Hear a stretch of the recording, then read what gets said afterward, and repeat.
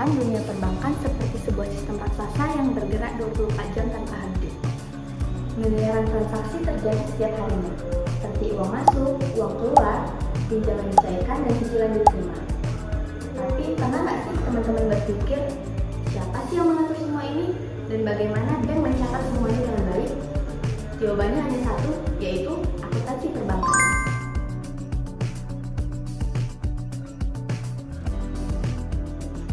Assalamualaikum warahmatullahi wabarakatuh. Om Swastiastu, Namo Buddhaya, salam kebajikan. Salam sejahtera bagi kita semua. Perkenalkan, nama saya Chelsea Audrey Fadli, mahasiswi jurusan akuntansi Fakultas Ekonomi dan Bisnis Universitas Muhammadiyah Sumatera Utara.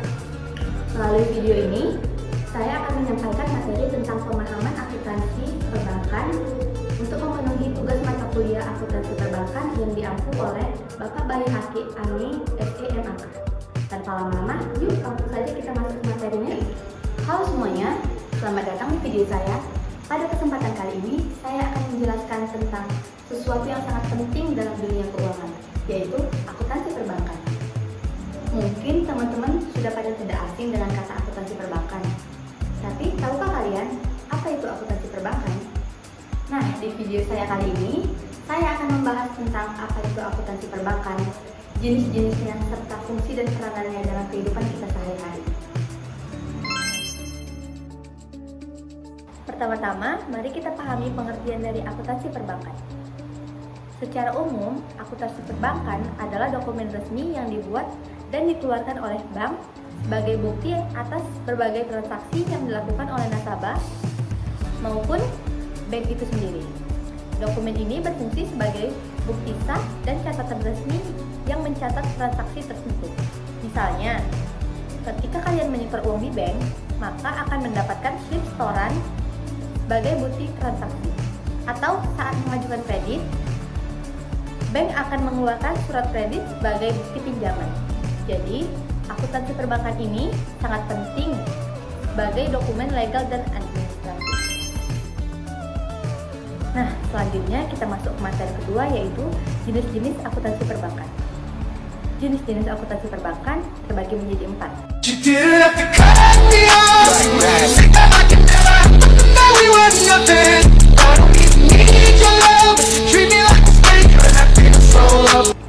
Yang pertama ada akuntansi kredit, akuntansi simpanan, akuntansi perbayaran, dan akuntansi transaksi lainnya. Nah, yang pertama ada akuntansi kredit. Akuntansi kredit sendiri yaitu dokumen yang menunjukkan adanya pemberian pinjaman bank ke nasabah, contohnya seperti kredit pemilikan rumah atau KPR, kredit kendaraan bermotor, kredit usaha rakyat, dan lain-lain. Adapun fungsi utamanya ialah untuk membantu nasabah memenuhi kebutuhan finansial, baik untuk membeli rumah, kendaraan, modal usaha, dan lain-lain. Nah, yang kedua ada akuntansi simpanan.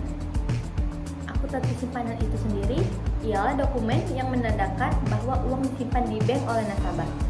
Contohnya adalah buku tabungan, sertifikat deposito, dan rekening giro. Keuntungan dari akuntansi ini adalah nasabah bisa mendapatkan bunga dari uang yang disimpan serta kemudahan dalam melakukan transaksi. Yang ketiga ada akuntansi pembayaran. Akuntansi pembayaran itu sendiri adalah dokumen yang digunakan saat melakukan transaksi pembayaran. Contohnya adalah bukti transfer kartu kredit, cek, kartu debit, dan lain-lain. Kegunaannya adalah memudahkan pembayaran yang cepat dan aman, serta menjadi bukti bahwa transaksi telah dilakukan. Nah, yang keempat ada akuntansi transaksi lainnya. Akuntansi transaksi lainnya ini termasuk dokumen saat nasabah melakukan penarikan tunai, setoran tunai, atau transaksi lain seperti penutupan rekening, pengajuan pinjaman online, dan lain-lain. Selanjutnya kita masuk materi peran dan fungsi akuntansi perbankan dalam kehidupan sehari-hari. Yang pertama, ada peran akuntansi perbankan dalam perekonomian. Akuntansi perbankan memiliki peran yang sangat vital dalam perekonomian. Mereka tidak hanya sebagai alat untuk menyimpan dan meminjam uang, tetapi sebagai pendorong untuk pertumbuhan ekonomi.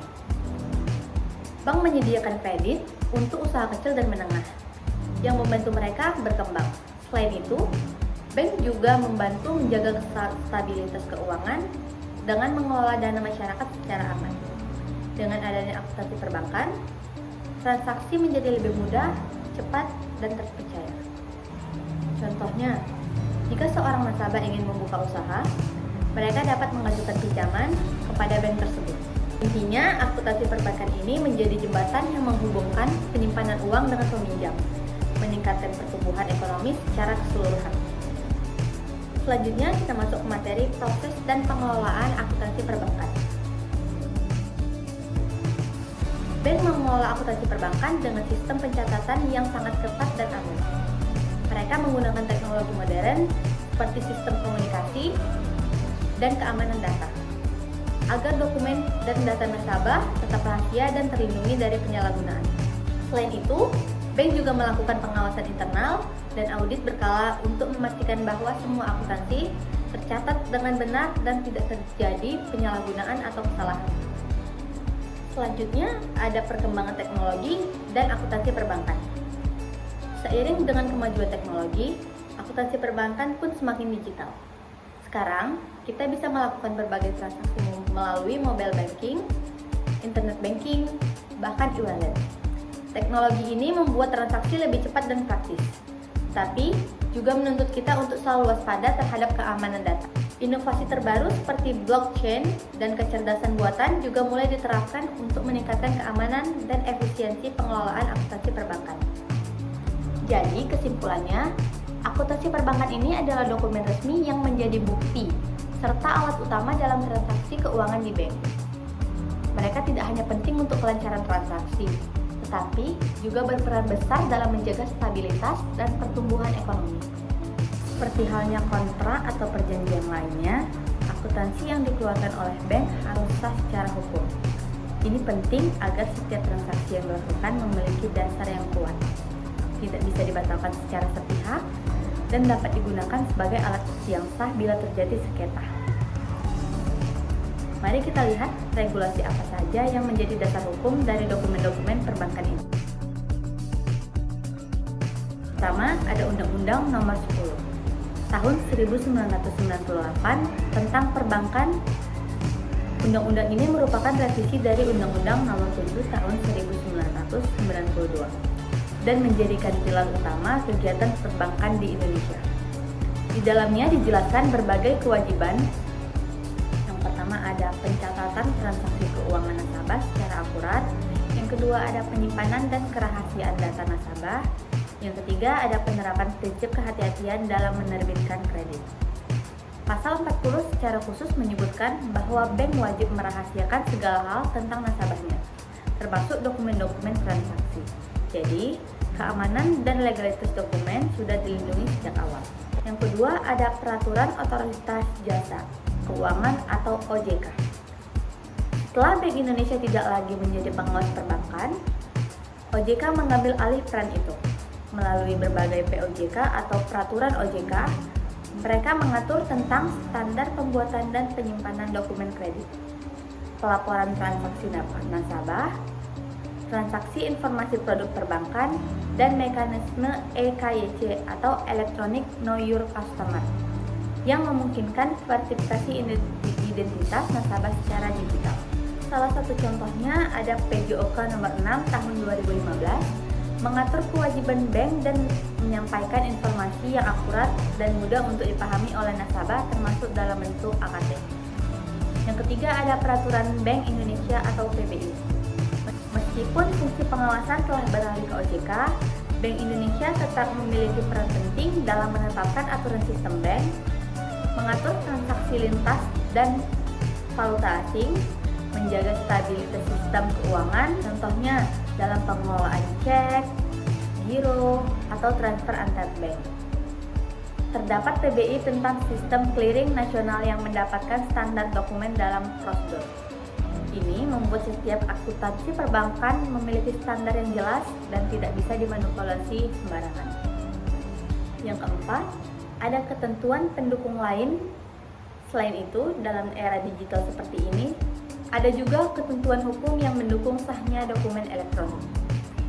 Contohnya, informasi dan transaksi elektronik, yang mengakui tanda tangan digital sebagai bukti hukum yang sah. Yang kedua, ada aturan dari lembaga sertifikasi elektronik yang menjamin keamanan identitas digital dalam pembuatan akuntansi secara online. Jadi, slip digital atau surat perjanjian online dalam ditransfer di aplikasi mobile banking pun memiliki kekuatan hukum asal sesuai regulasi yang berlaku. Kesimpulannya, setiap akuntansi yang dikeluarkan oleh bank tidak berdiri sendiri. Dokumen-dokumen tersebut dibuat, disimpan, dan dikelola berdasarkan ketentuan hukum yang sangat jelas dan ketat. Ini menjamin keamanan nasabah, keabsahan transaksi, dan stabilitas sistem keuangan secara keseluruhan. Jadi, kita sebagai nasabah juga harus bijak dalam memahami dan menjaga setiap dokumen transaksi yang dimiliki. Setelah melalui materi landasan hukum akuntansi perbankan, selanjutnya kita masuk ke materi tahapan proses kredit di bank.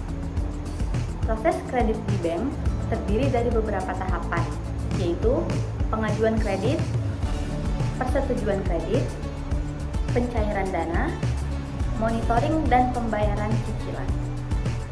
Yang pertama ada pengajuan kredit. Nasabah mengajukan permohonan kredit dengan mengisi formulir dan melengkapi dokumen seperti KTP, slip gaji, dan dokumen pendukung lain. Yang kedua, ada analisis kelayakan kredit. Bank melakukan analisis kemampuan bayar nasabah, termasuk memeriksa histori kredit dan kelayakan usaha. Yang ketiga, ada persetujuan kredit. Jika memenuhi syarat, bank akan memberikan persetujuan kredit kepada nasabah tersebut. Yang keempat, ada penandatanganan surat kredit. Nasabah dan bank menandatangani surat perjanjian kredit yang menjadi bukti resmi kewajiban dan hak kedua pihak. Dan yang kelima, ada pencairan dana. Dana kredit kemudian dicairkan ke rekening nasabah atau pihak ketiga. Yang keenam, ada monitoring dan pembayaran cicilan. Bank memantau pembayaran angsuran nasabah secara rutin hingga kredit lunas. Adapun peran akuntansi perbankan dalam proses kredit. Di setiap tahapan proses kredit, akuntansi perbankan berfungsi sebagai dokumen legal dan administratif yang sangat penting. Dokumen pengajuan kredit menjadi bukti bahwa nasabah mengajukan permohonan dan melengkapi data secara resmi. Adapun dokumen-dokumen itu ialah surat perjanjian kredit, yaitu dokumen utama yang mengatur hak dan kewajiban nasabah, dan bank menjadi dasar hukum jika terjadi sengketa. Selanjutnya ada bukti pencairan dana. Dokumen yang mencatat dana sudah disalurkan kepada nasabah. Selanjutnya ada jadwal pembayaran cicilan, yaitu mencatat tanggal dan jumlah pembayaran yang harus dilakukan nasabah. Dan terakhir ada dokumen pelunasan kredit, yaitu surat keterangan lunas yang diterbitkan saat nasabah menyelesaikan kewajibannya. Dokumen-dokumen tersebut sangat penting dalam transaksi keuangan.